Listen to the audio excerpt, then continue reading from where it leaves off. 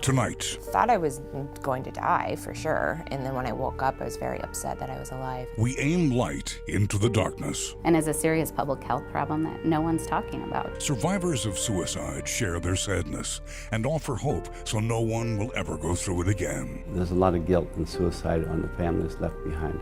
Experts caution all of us, staying silent on the topic will only make things worse. If we really want people to get the help that they need, we have to start talking about it. For the next half hour. Is there anything out there that can get me out of this? From WOWT 6 News, Lifeline for Teens, Suicide Prevention Special. Here now, Brian Mastre and MALORIE MADDOX. Good evening. The statistics are alarming and heartbreaking. The CDC recently released new data showing the suicide rates have been increasing and on the rise for the last 15 years in ages between 10 and 75. And public health experts argue that because suicide carries a stigma of shame, many people simply refuse to talk about it. But tonight, we are. Amazing grace, how sweet the sound. When she's behind the guitar, it's easy to hear Allie Wallene has a gift. As a Nebraska teenager, she didn't recognize it as that. Hopelessness can happen to anybody. I didn't know how to deal with it, and I didn't know how to deal with feeling alone, and I didn't know how to deal with feeling like I didn't belong anywhere. When she was 15, Allie Wallene started cutting herself. She wanted to know, would people care if she was gone? It wasn't working. It wasn't helping me. It wasn't fixing the problem. It wasn't solving my pain. It got to the point where I would carry around a little pouch full of pills just in case, I got so sad that I couldn't handle it. She eventually figured it out because she's with us tonight. Loneliness is a pretty powerful thing, I think, and it can cause you to feel and believe things about yourself that are not true. And so for me, I didn't have any resources to combat the negative things that I felt about myself, about my life, about where things were going, and I felt like I just had no options. Allie now shares her story with church groups and others as a way to remove any shame and stigma attached to suicide. It's a rare glimpse into the mind of someone who believed they were out of options and all alone. I was 16 years old, and somebody at my high school called in the office and they said, I think she's gonna kill herself. Somebody should do something about it. And so I got pulled into the school office, and they grabbed my arm and they pulled up my sleeve, and there were cuts on my wrist, and they said, can you promise us that you won't do this? And I said, no.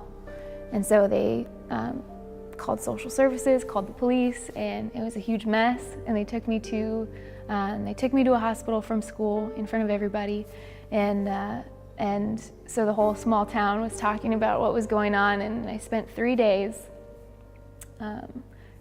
in a hospital in a psychiatric unit, and I remember laying there thinking, like, is this really the life that I was meant to live? Like, is this really it for me? Is this why I'm here? Allie Wallene had hit rock bottom those 3 days in April and the trip to the hospital. It was a really, really, really dark 3 days for me because I was wrestling with this part of me that thought I was going to do something great and this part of me that believed I should just give up. But that alone wasn't enough to change her path of destruction. I left the hospital and things got more confusing, so I started drinking and getting high and spending time with boys I had no business spending time with, and doing all of these things that were supposed to make me feel better. Her sadness went unchallenged, which in her mind made everything true. It wasn't a specific incident necessarily that led me to feel sad. It was moment after moment after moment that I chose not to fight how I felt. So what changed? The hour is upon us. Remember, Allie liked music and was drawn to the talents of another high school musician. She was walking in faith and I was not. And I wanted to be friends with her. I was drawn to her, and I would invite her to drink. She'd invite me to church, and I'd be like, we'd both tell each other no. So finally, a couple days before Christmas, she was like, I'll hang out with you if you come to church. I'd never been to church before. So I walked up to the door, and as I'm walking up to the door, I was thinking, crap, what am I doing here? What am I doing? Like, I don't belong in a church. I'm a messed up kid. Like, I'm a mess. My whole town knows it. And my whole town watched me leave in a social service vehicle and get removed from school. I didn't belong here. And we were late, so I walk in a little further, and the girl who invited me was singing, she was singing the words, "This is the year that all of your tears will be dried."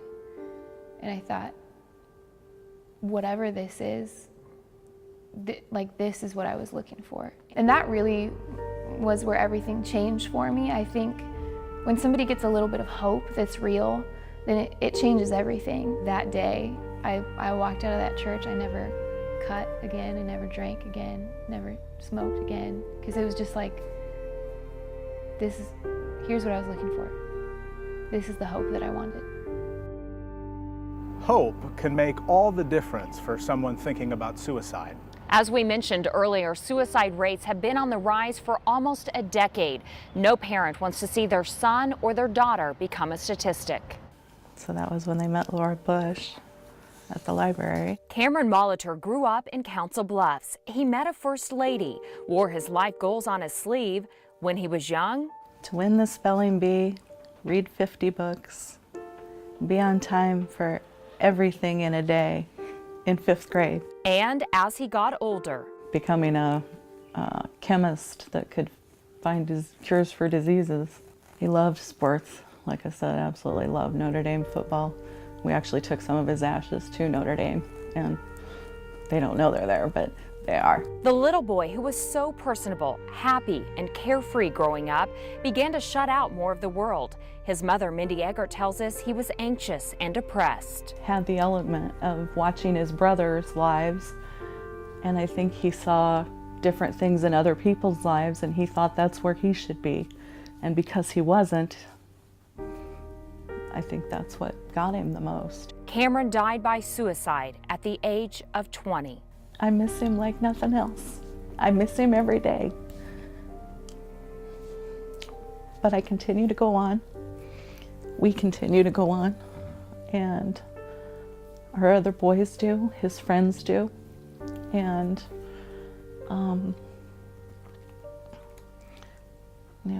we're fighting the fight for everyone else now.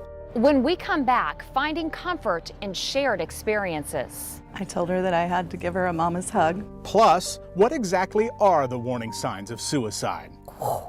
I was a textbook of risk factors and warning signs. And wait until you hear how one suicide survivor is spending her time now. He said, "Wallene, do you know what your problem is?" When Lifeline for Teens, a WOWT 6 News special on suicide prevention, returns.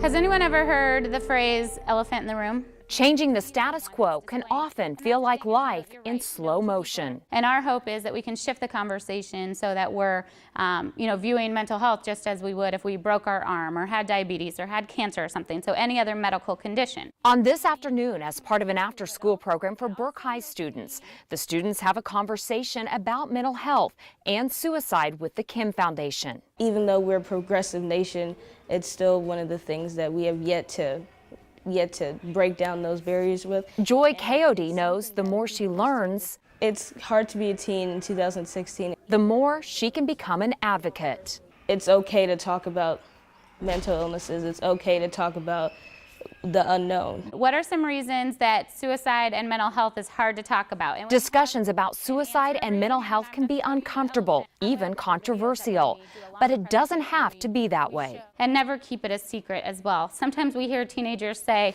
well, she or he told me I couldn't tell anyone, or they'd get really mad at me. And our response to that is, I think you would probably rather have your friend mad at you than not be around next month. So what warning signs should parents, teachers, and friends watch out for? Maybe they've withdrawn from their friends and activities, eat too much or too little. We're listing some of the concerns at the bottom of the screen, like hopelessness. Experts say to keep an eye for extreme changes in behavior with no explanation, not just like at home, but in all aspects of their life, home, school, work. I had a ton of warning signs. My sleeping and my eating was real erratic. I was isolating. I was abusing alcohol. Sierra Warden is a survivor. Just into college, she attempted suicide. I met with the psychiatrist there, and he told me, he goes, in my 25 years plus of practicing, he goes, I've never seen anyone alive across from me with that high of a toxicity level. He goes, so you're not supposed to be here. He goes, but you are. Do what you want with it. Sierra Warden turned it into a calling. She teaches at UNO's Grace Abbott School of Social Work and practices her craft by being on the front lines with suicide survivors. You don't need a fancy degree or all this schooling to know your warning signs. The mother of two knows it won't be easy broaching sensitive topics when her boys get older, but for the sake of everyone, we must. Talk to your child.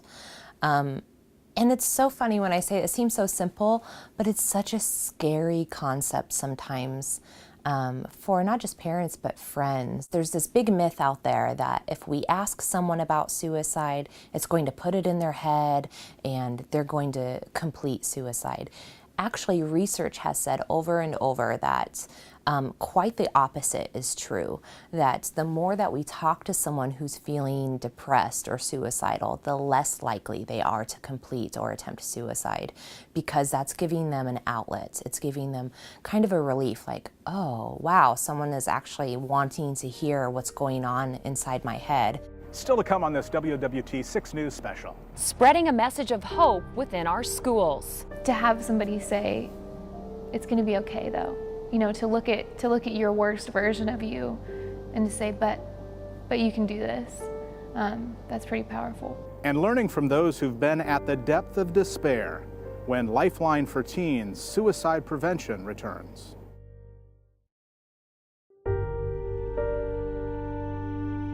For young people, suicide is the third leading cause of death. Homicide is 16th. And the majority of people who die by suicide have significant mental health issues, depression being the most common. October, Student of the Month.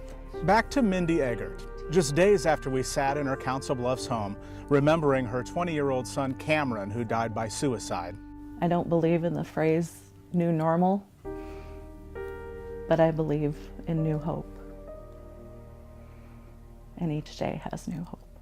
She waited patiently at Christ Community Church in Omaha for a chance to meet someone who understands. I want to share a mama's hug with you. Okay. I lost my son. Sorry. A few months before you lost yours. And I prayed that somebody would come along that had a connection. And so I have prayed fervently for you guys. Thank you so much. I'm so sorry for your loss. Tell me your boy's name. Cameron. They'd never met until this night. I hate it. I hate it for you. But Mindy knows her story all too well. Kay Warren's son, Matthew, died by suicide 3 years ago.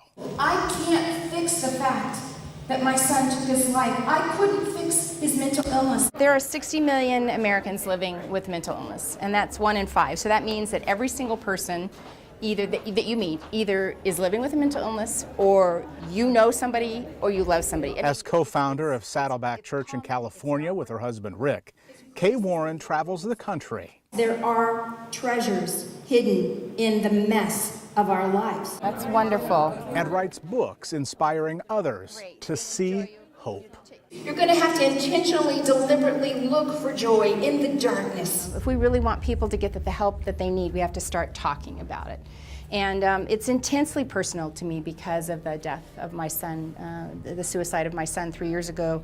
Had lived with mental illness his entire life. So it could not be more personal to me than it is. And every time I speak on behalf of people living with mental illness, it is both painful, but it also brings a little bit of healing. It makes his death, it puts some meaning around his death. If I can help other people out of our pain, then that helps me get through it.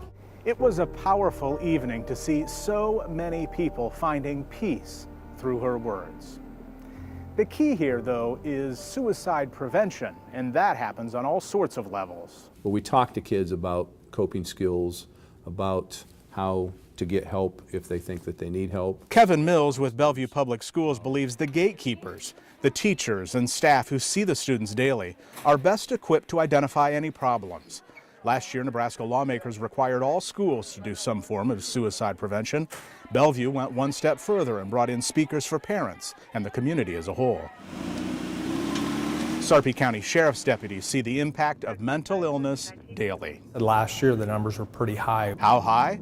Investigators saw a 33% increase in emergency committals, meaning the citizens were a safety threat to themselves or others and were taken to the hospital. If you have cancer, you talk about it. You talk about your treatment programs, you talk about the recovery rates, you talk about different things. It doesn't affect you as far as your future career. But mental health, once it's on the record that you have had a mental health issue, probably it's going to affect your work career forever. Larry Courtnage has a good idea how the hiring world works. 600 people work for him at his West Omaha corporate offices. We started a one-person office in my basement, which is now growing to an operation called CNA Industries. But it's his foundation he formed that may have a more lasting effect. In 1986, his daughter Kim, who had been in and out of treatment for years due to mental illness, died by suicide. I wanted to take a horrible situation and make a positive out of it. The Kim Foundation tries to pair resources with families while working to challenge the stigma of suicide. I feel we need to create an atmosphere around mental health so that people realize that they're not alone in the struggles. Coming up, how some families we've met tonight celebrate birthdays and anniversaries. And how some survivors are giving back.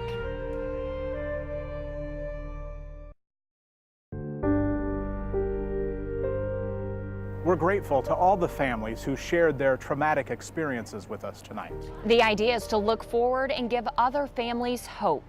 I don't feel it. It's why Mindy Eggert, along with a number of other suicide survivors, I lost my sister in the 90s. I'm a survivor. And mental health professionals joined the metro area loss team, who respond when a suicide occurs to offer help and compassion. It's my own therapy, in a way. All in all, it's really not about me.